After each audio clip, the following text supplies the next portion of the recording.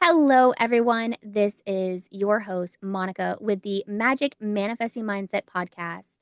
And if you're new here, this is your space to shift your mindset, realign your energy, trust your innate gifts, and ultimately become abundant AF.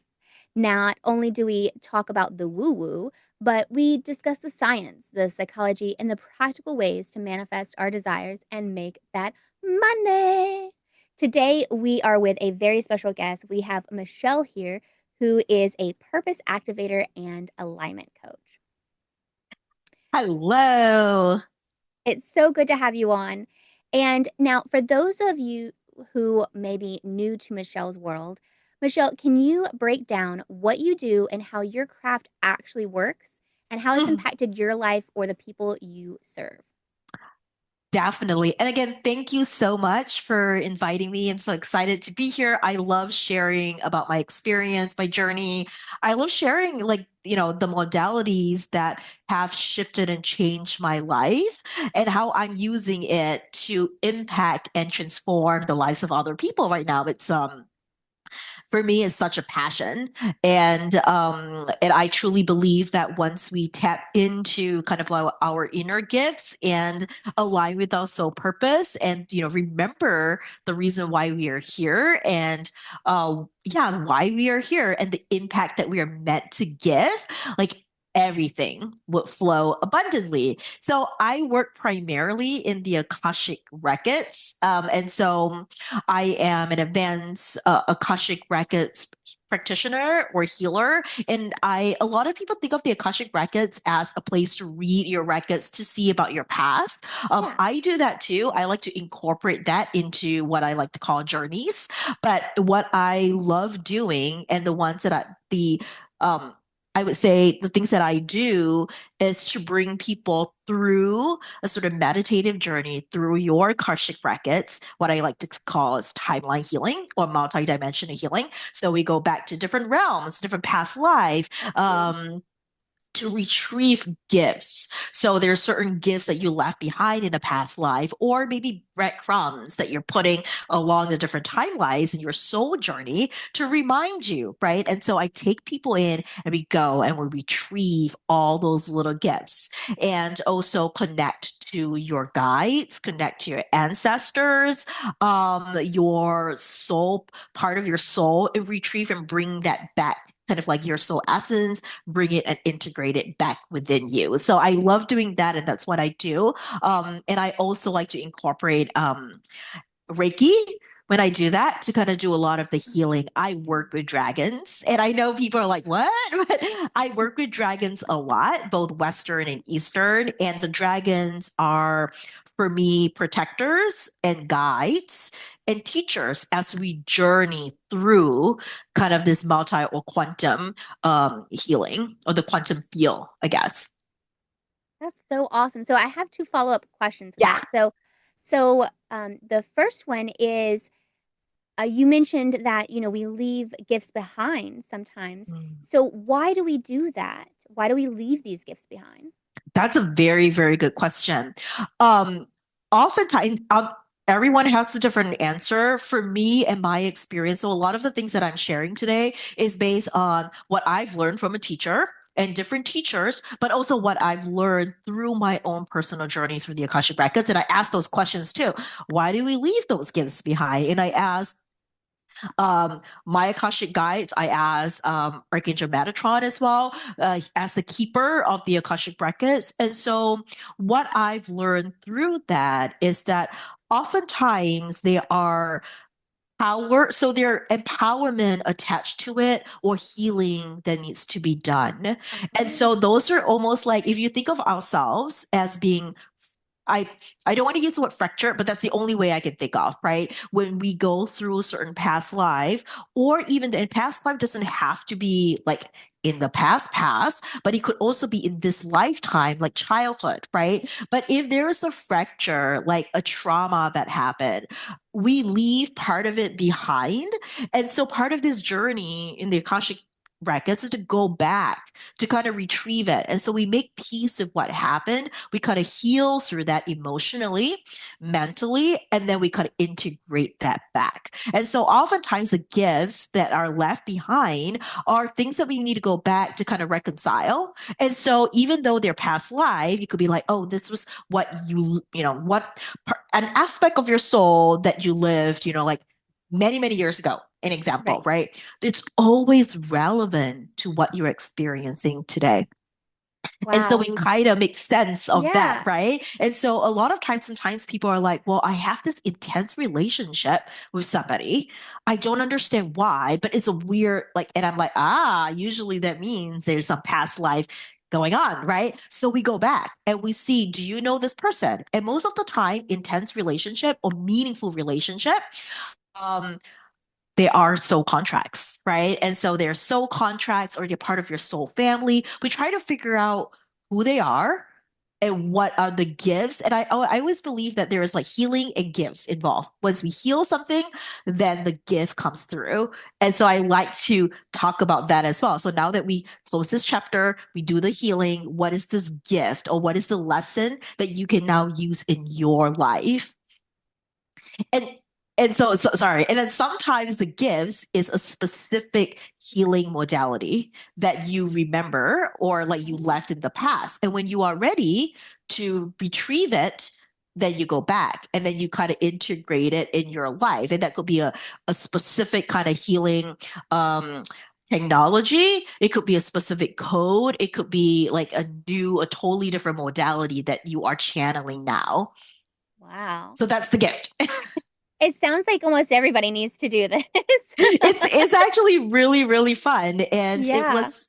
But I asked that question too to my guides because I like to do my own past life regression, so through the Akashic Records, and I remember this is really sticky wound, right? And all of us have really sticky wound, the wound that you're just doing so many healing, but it I goes got a few deeper of and those. deeper, deeper. Yes, all of us do, and that's something that I'm working through. And so some of those deep wounds, you're like, oh, I thought I'm done with this. But then there's Right. another layer, another layer. Yeah. And so I remember I asked my guys because I was really frustrated. I was like, wait, haven't we done this the whole year? Why now? Like, why are you showing this to me now? And the Right. guide said to me, you weren't ready before. You couldn't understand because I didn't do some of the learning. I like to learn and take different modalities and learn things. And they're like, you didn't know about this yet. So if we were to give it to you, you wouldn't understand what it, what it meant. So I was like, okay, I can accept that.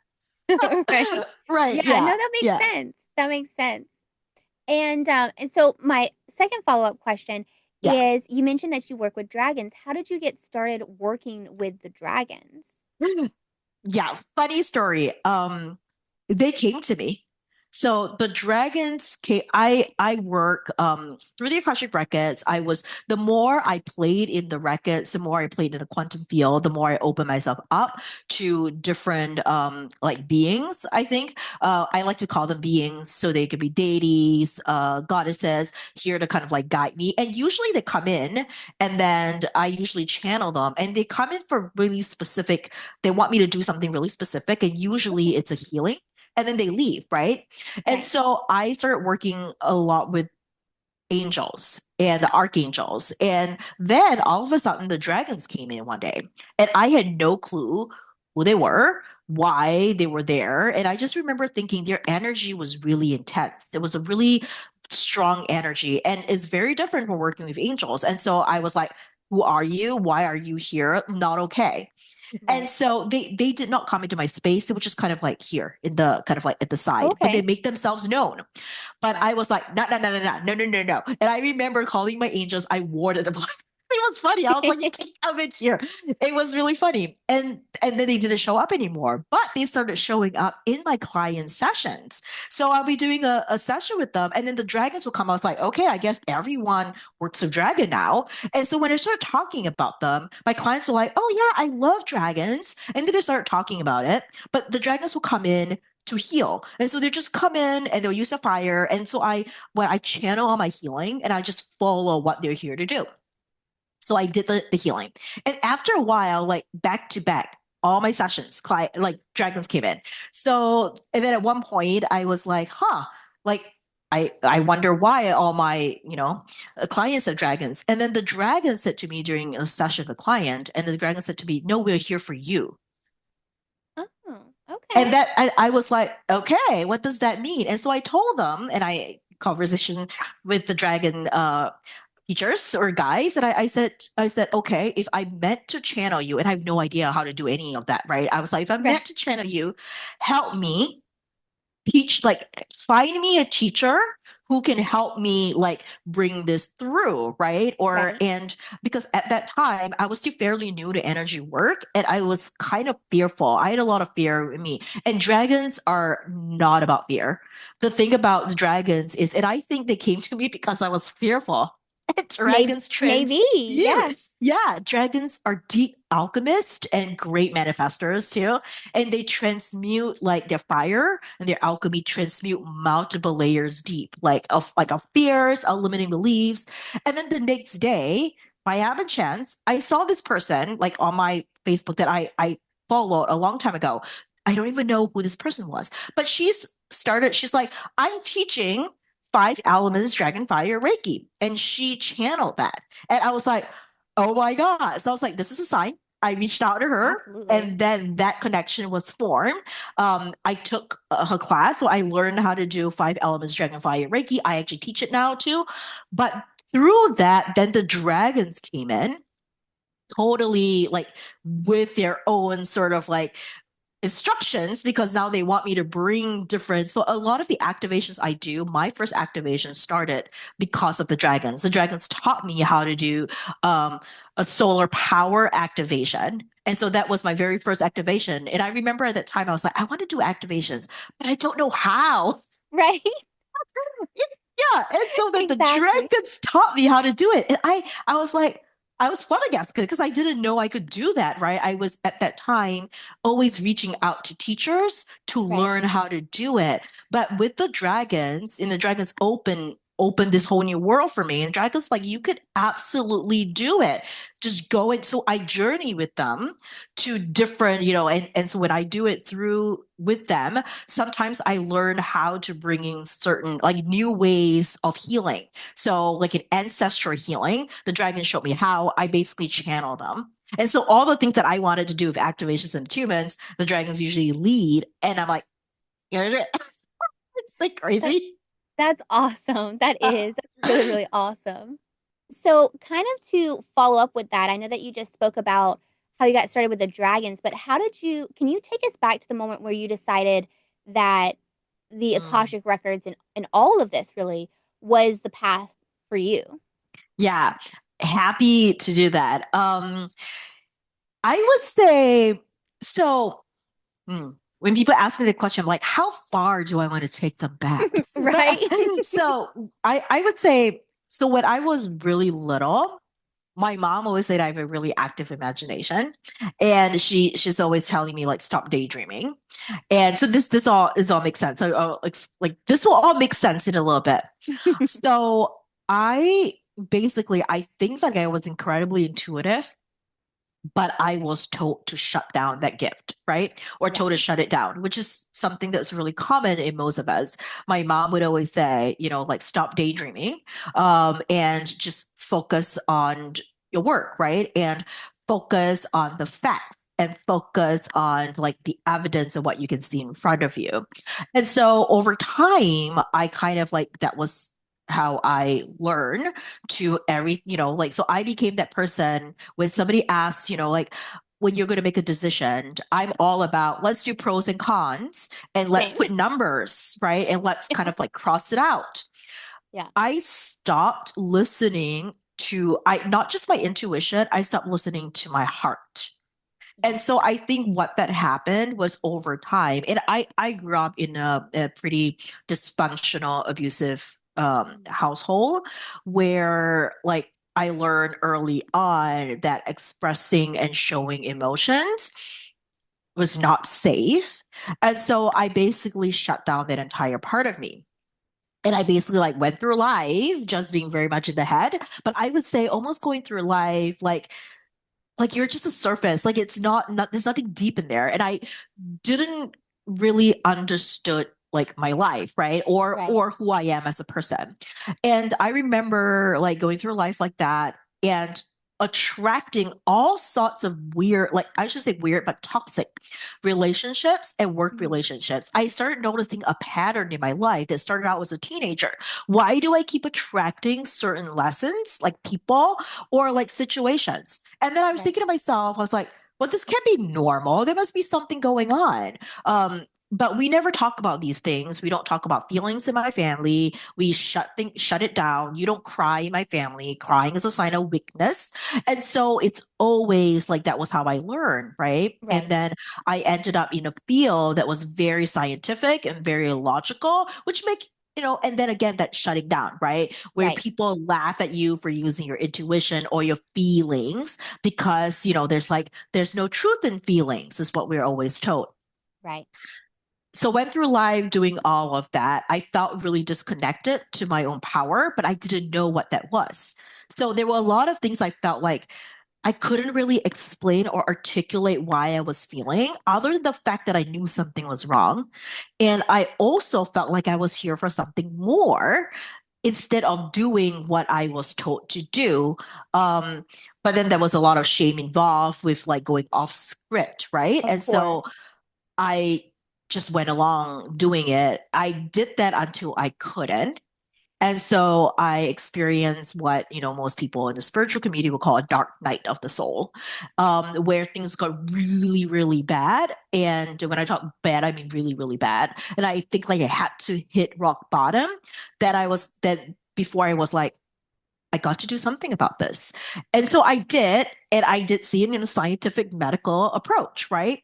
And because I had a really hard time tapping into my emotions and my intuition, like do you know what I mean? Like the treatments never really go in. It's just only the surface Right. level, right? Mhm. And so that was when I stumbled upon the Akashic Records, actually, because part of me has always been interested in this. I've just been told that, well, this is like, yeah, this is woo woo, this is blah blah blah, right? But and I was like, you know what? I've exhausted everything, so let's try this. Yeah.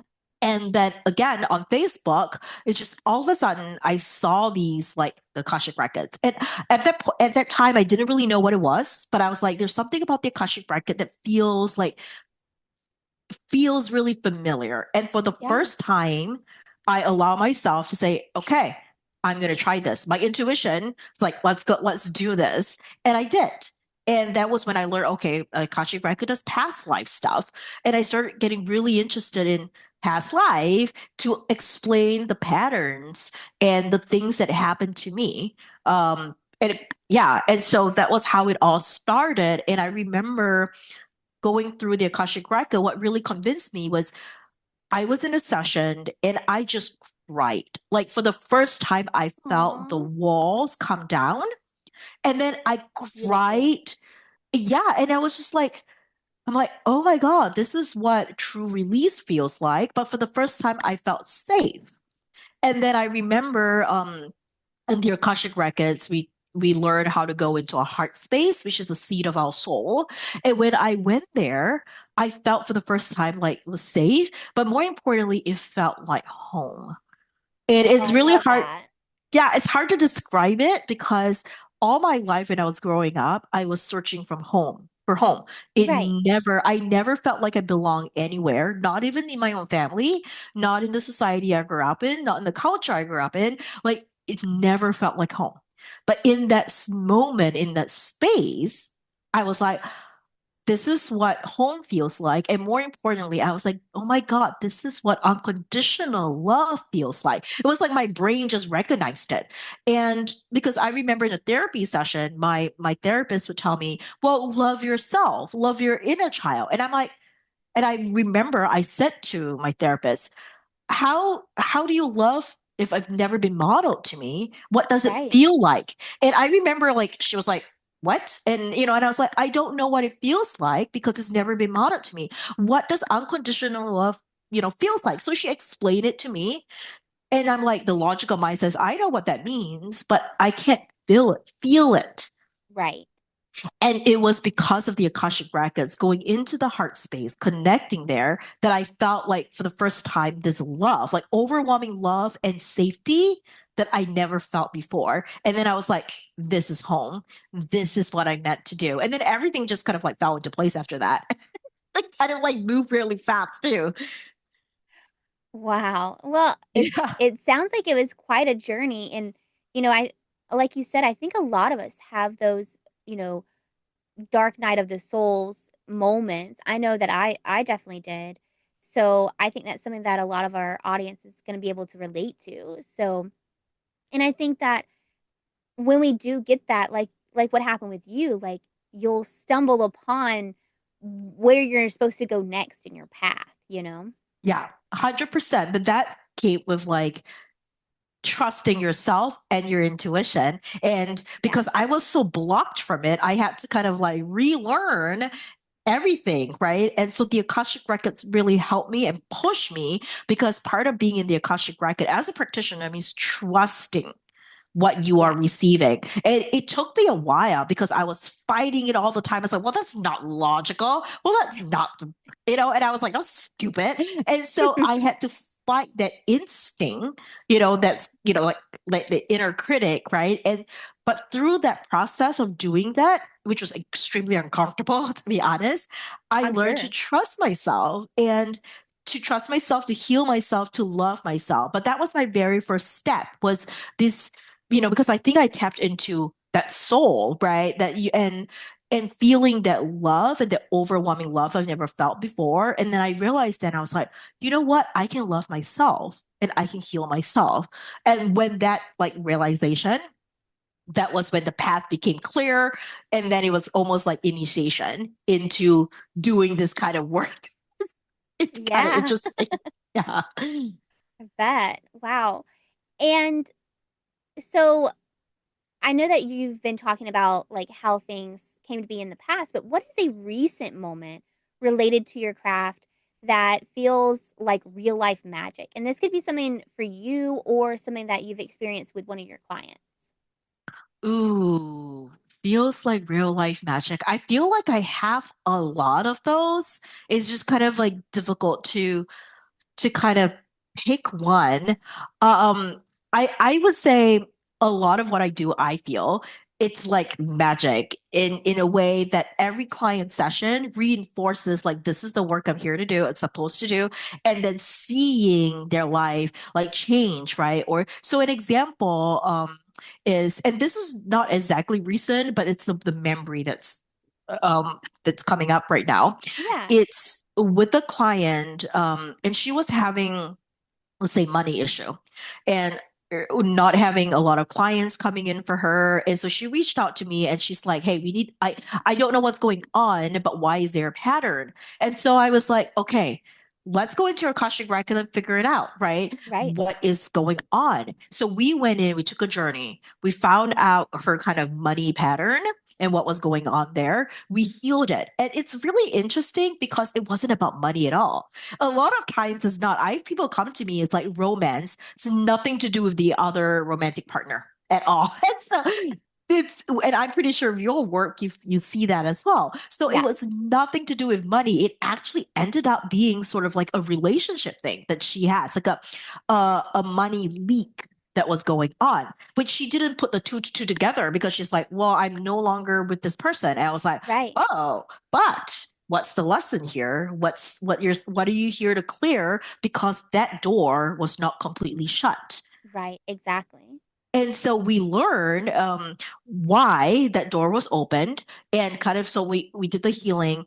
We closed that chapter, and so once it was over, it's just then the next day she messaged me. She's like, "I got two new sales," and I was like, "Yes." And so for me, I'm like, Awesome. I to me it was like, "Oh my God, it's magic." And I mean, some people might say, "Oh, it's coincidence." I'm like, "Sure," but I like to believe in magic. Right, Like, same it makes here. our life more. I was like, it makes our life more, I don't know, interesting. Um, so that is the one that really like came through that I can remember. I think that's a perfect example. And I love that feeling when a client comes back to me and they're like, "Hey, this happen, or if like I'm following them or something on social media and I see that it happens and I'm like, yay. And like, of course there's other things that come into play, of course, but you know that you had an influence in that. You like what Yes. you Yeah. did, how you helped them, it impacted them in some Yeah. way, and it made that shift. So Yeah. I love that. I Yeah. think that's a great I example. because I feel like with energy, right? It could be that those two sales are kind of already there. But Yeah. sometimes, they're hesitating. And it's Hmm. just a subtle shift in energy. Like how sometimes you might be like, reach out to a person and be like, I was just thinking about you, but I haven't Right. spoken to you in a long time, but I thought about you. And maybe they had some clearing that happened. And then you suddenly, and so I feel like that's what we're here to shift, because maybe that person is showing up more confident, Right. all of these different things, right? The other thing I was going to share that I know I forgot. Oh, one of the things I'm going to share is I like to do, so I work with dragons a lot. People come to me I like to do like a dragon activation or attunement. So finding the dragon that they're most closely aligned to, and then oftentimes the dragon gives them gift. A lot of the people I work with are practitioners, so a lot of them are energy healers already. Hmm. And so one of this, like, it was the reason I remember this is because I took this person in. We went through kind of like a past life. She went all the way back to kind of like it was the soul origin. I like doing soul origin journeys too, all the way back, connected her to this race of dragons that I've never met before. The energy just felt different. I didn't know who they were. They were kind of secretive in the sense they didn't want to tell me anything, but they told my client. So I just facilitate, and then my client got all the information. Again, I work with energy workers. So sometimes they're like, this is not for you to know, and that's fine. Yeah. And then after the whole thing was over, she was like, okay, I need to integrate this. This is big. And she came back later and was like, oh my God, I work with them now. Like she's like, I remember my relationship with them. I know what I'm here to do. They gave me a template, and it's like I think it's a healing template that she runs in the Oh, background when she cool. heals her clients. And then I was like, oh my God, this is crazy. And Yeah. then it was interesting because like I told her, I was like, yeah, they were kind of secretive. And she's like, yeah, I know. They told me so too. It's not for you to know. And I was like, okay, that's how I'm here to facilitate. But it's that to me is like another magical moment because I love Absolutely. seeing the energy workers like my clients go out and create healing modalities that are based on this one thing. And sometimes I don't hear from them until months later when they're like, hey, I'm just here to tell you that I finally launched my program and it was da da da da da because I took this session with you and you helped me. And I'm just like, I love it. It's just affirms why I'm doing the work that I'm doing. It gives me Yeah. like motivation to carry on, because Yes, exactly. sometimes it's not easy. Going through deep emotions, is not always easy to guide people through. I mean, Right, exactly. And I feel this too because like there's certain things that I do very often, and so I see the results in my clients and myself all the time. But then there's certain modalities that I do not as often. I don't promote it as much. So yeah, like for me, it's my Reiki. yeah. My I do abundance Reiki sessions, and I don't do those all the time, Mm, right? Or like sometimes I will offer a either a releasing or a manifesting yeah, ritual basically that I do for people, depending on if it's the new moon or the full moon. yeah, And so, like, because I don't offer them that much, because I don't do them that much for other people, sometimes you start to have that doubt, like, can I really do this? Does it really work still? And so then when they come back and they're like, hey, I got this, like, the last time that I did I believe it was a manifesting one, yeah, uh, for the moon. I also included a little bit of a Reiki in there, right? yeah, And not like a full Reiki session, but like a little bit, right? yeah, yeah. And I think it was like the next day or the day after, the woman was like, I just got $350 randomly. And I'm like, I love see, look that. at that. Yeah, That's yeah. awesome, No, you know? I And love that. yeah, it makes you feel so good and it reassures you. So yeah, I love those moments. I do. Yeah. And I love that you do the Reiki part too, because I feel like sometimes we need that healing. We might be blocking it Yes, somewhere. And so when you add the additional Reiki with the manifesting, right, it helps really yes, shift or like open it up, right? And I think a lot of times people need to trust it too. Like they need to trust it's going to happen and not put, like, requirements around it. So an example, and I like to share this example because it happened to me quite often when I do like a manifesting, like sometimes I get someone else to do it for me, like mhm, manifesting ritual practice, right? And then I would receive out of the blue, like in the mail, they're like, here's a refund. right. And I was like, I would take it. Thank you. And Yes, yes, exactly. and I get that fairly, like it happens fairly often, and it's just like out of the blue. And I was like not expecting it. And it may not be like what thousands of dollars, but a couple of hundreds here and there, sometimes even $30. I thank the Right. universe. I'm like, thank you for this extra $30 now. And it's Yes. yeah. Yeah. And so like I remember, like lots of people like to have this requirement, like, oh, I expect the money to come in this way. But then you're not like, why limit yourself? Yeah, I kind of describe it as like you're holding on too tight. And so Yes. if you have a balled fist and you're like, okay, well now there needs to be something inside this balled fist. Well, they got to try real hard to have that Yeah. happen. You You know, sometimes yeah. it's mu- the manifestation is going to come to you in the easiest path to get to you. So Yes. sometimes it's going to be a refund. Sometimes it may be a line of credit, because that's how it has to come to you. You need it super quick, or, it could be a sale. I mean, it could be whatever it is, it's going to be whatever the path of least resistance, I love that. you know. Exactly. Yeah. And I love when you said the ball, like the fist, right? You can't, but when you loosen it, then you're able to receive it. And I think a lot of people Exactly. don't remember that. But yeah, and so that's I believe that again, like you said, right? Energy flows through the path of least resistance. And sometimes if you're holding certain energy that needs to be shifted, then with the Reiki, with the energy work helps open it up too. Um, and sometimes I feel like when those things happen, it's like the root of the heart needs extra work, Right. extra Exactly. healing. Yeah. Yeah. Totally. And now, what is one aligned action or piece of advice that you can give our listeners to shift their energy today? Mm. So the one thing that's coming up for me is I would say really simple for you to do is, and people say this often, but really go out in nature. And the reason I'm saying this, and they're showing, when I say they, I mean my guides are showing, and I know not everybody can do that, but so they're showing actually a mountain, because then you're closer to the sky, but you're grounded on the ground as well, is what they're showing.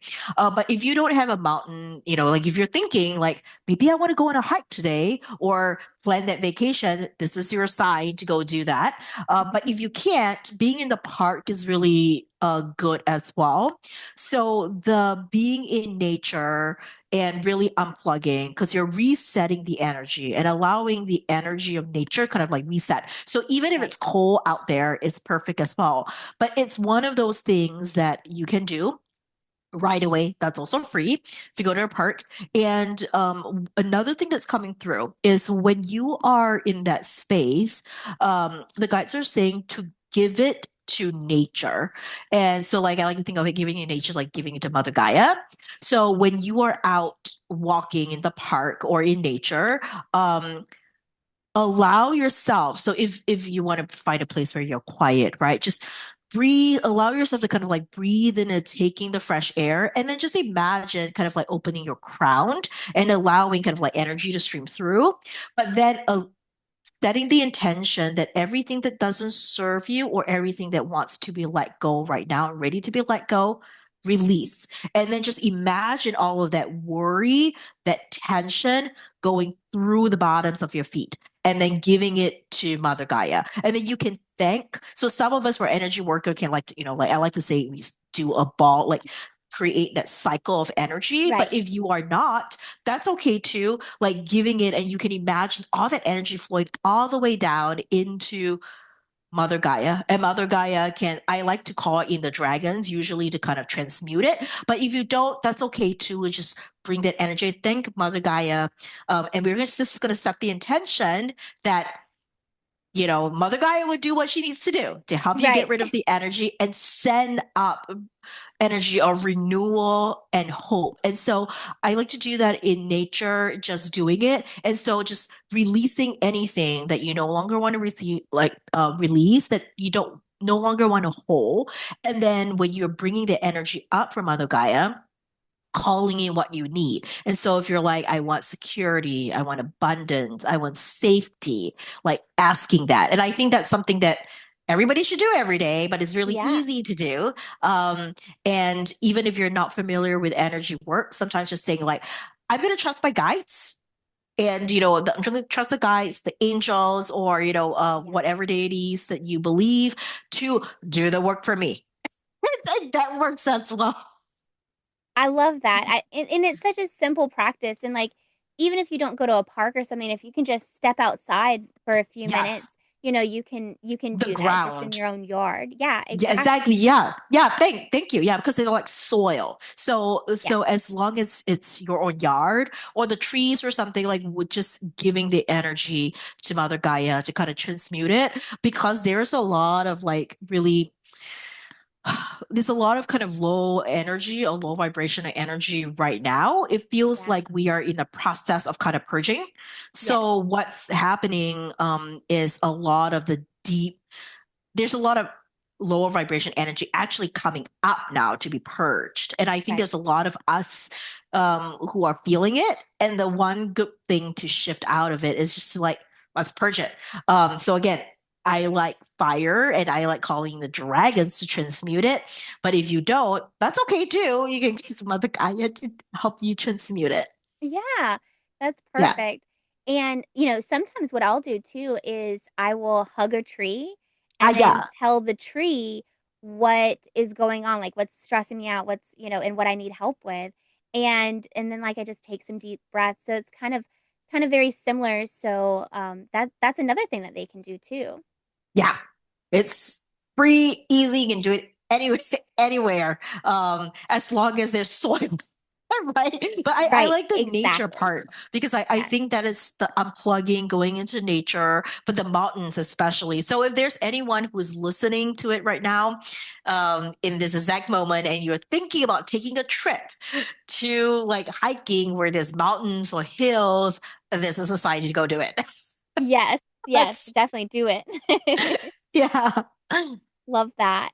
And now, as we close out this podcast for today, what's one thing you'd love to leave our listeners with? Whether it's something you're creating, something you love, or simply where they can find you.